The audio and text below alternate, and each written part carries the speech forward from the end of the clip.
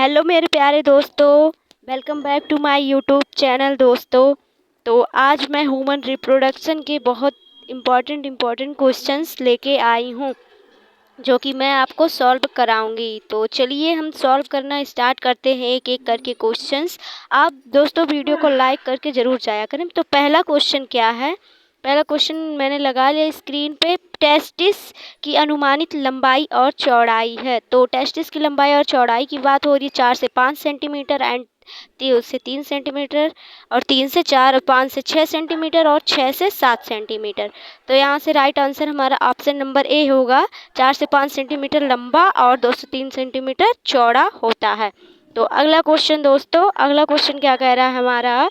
देखिए अगला क्वेश्चन। तो यहाँ से पेन लेते हैं तो आपको हम बताते हैं। तो टेस्टिस में स्थित कक्षकों को कहते हैं। तो ये हमारा टेस्टिस होता है, और इसमें जो कक्षक होते हैं इसको क्या कहते हैं, यही क्वेश्चन कह रहा है। तो टेस्टिस में जो पालियाँ होती हैं या कक्षक होते हैं, तो testicular lobule, seminiferous tubule, Sertoli cell या वासा डिफरेंसिया। तो यहाँ से राइट आंसर क्या होगा मेरे प्यारे दोस्तों? यहाँ से right answer option number A हमारा हो जाएगा। टेस्टिकुलर लोब्यूल्स कहते हैं हम अपने वृषण की पालियों को। ठीक दोस्तों, तो अगले क्वेश्चन पे बढ़ें। अगला क्वेश्चन क्या कह रहा है हमारा? मेल में प्रजनन और यूरिनरी सिस्टम की साझावित्ति है। यानी मेल में ऐसा क्या है जो रिप्रोडक्शन भी करता है एंड यूरिन का त्याग भी करता है। ठीक, तो कौन सा ऐसा साझावित्ति है जो दोनों करता है? तो ऑप्शन यूरेथ्रा, यूरेटर, वासा डिफरेंसिया, सर्टोली सेल। तो ऑप्शन नंबर ए यूरेथ्रा जो हमारा होता है ये दोनों करता है। तो option number A correct answer हो जाएगा। इरेज करते हैं एंड यहाँ से क्या होगा हमारा? ऑप्शन नंबर ए होगा यूरेथ्रा। ठीक दोस्तों, तो one of the most and easy important questions urethra. चलिए हम दोस्तों अगले क्वेश्चन पे बढ़ते हैं। अगला क्वेश्चन क्या कह रहा है?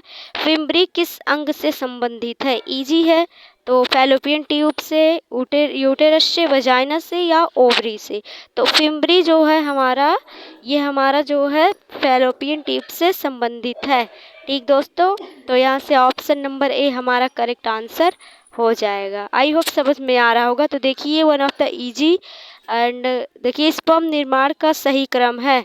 तो इस स्पर्म निर्माण का स्पर्मेटिड, स्पर्मेटोजोआ, स्पर्मेटोसाइड, स्पर्मेटोगोनिया।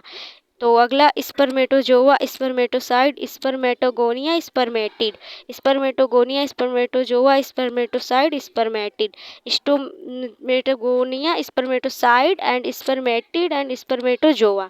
तो ऑप्शन डी यहाँ से करेक्ट होगा दोस्तों। देखिए ये सीक्वेंस आपको लर्न ही करना पड़ेगा एंड इसको मैं इरेज करके आपको यहाँ ऊपर से बताती हूँ।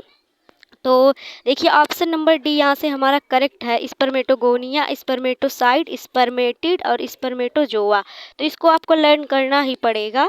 ठीक दोस्तों, तो ऑप्शन डी हमारा सही होगा एंड आप इसको ज़रूर याद कर लीजिएगा, करेक्ट सीक्वेंस इसका स्पर्म फॉर्मेशन का। ठीक, तो अगले क्वेश्चन पे बढ़े एंड अगला क्वेश्चन क्या है? स्तनधारियों में स्पर्म स्पर्म यानी स्पर्म को हम हिंदी में बोलते हैं शुक्राणु। ठीक दोस्तों, शुक्राणु की गति निर्भर करती है। गति का पूछ रहा है तो यहाँ से इरेज करते बताते हैं आपको। इरेज करने पे सही लगता है, ऐसे गंदा लगता है। तो क्या कह रहा है ये हमारा? समझ लीजिए दोस्तों, सही तो बन नहीं पा रहा पर हम बना रहे हैं। ये हमारा क्या है? स्पर्म है। ठीक, तो ये इसका पार्ट है, नाम लिख देते हैं। ये इसका टेल है। ठीक दोस्तों, ये इसका मिडल पीस है। ओके, ये इसका हेड है। ठीक, एनसीईआरटी बुक में आपने देखा होगा। तो इसकी गति ओनली टेल, मिडल पीस या टेल एंड मिडल पीस या ओनली हेड। तो देखिए यहाँ से गति के लिए कौन निर्भर करता है? गति के लिए जो हमारा ये टेल है और जो मिडल पीस है ये होता है। हेड का इसमें कोई योगदान नहीं होता है। ये मिडल पीस दिख रहा है आपको एंड टेल दिख रहा है। तो ऑप्शन नंबर सी यहाँ करेक्ट हो जाएगा। चलिए अगला क्वेश्चन क्या कह रहा है हमारा? अगला क्वेश्चन स्पर्मेटोगोनियम में उपस्थित गुणसूत्रों की संख्या। स्पर्मेटोगोनियम में उपस्थित गुणसूत्रों की संख्या, ये हमारा डिप्लॉयड होता है यानी 2n होता है। तो ये हमेशा 46 ही होगा। तो 46 यहाँ से करेक्ट आंसर हो जाएगा। ऑप्शन नंबर ए हमारा राइट आंसर। चलिए अगला क्वेश्चन क्या कह रहा है दोस्तों? अगला क्वेश्शन हमारा यहाँ देखिए, निम्न में से कौन यौन यानी प्यूबर्टी की बात कर रहा है, यानी जब हम मेच्योरिटी की बात कर रहा है, मेच्योर जब हो जाते हैं तब की बात कर रहा है। तो निम्न में से कौन यौवन के समय टेस्टिस का कार्य नहीं है, यानी वृषण का कार्य नहीं है? तो यहाँ ऑप्शन दिख रहा होगा आपको, यहाँ से इरेज करते हैं फिर बताते हैं। ऑप्शंस दिख रहे होंगे जो दोस्तों आपको। पहला ऑप्शन क्या है दोस्तों, स्पर्म कोशिका का निर्माण, टेस्टोस्टेरोन का स्रावण, प्लेसेंटा का विकास, एंड्रोजन का स्रावण।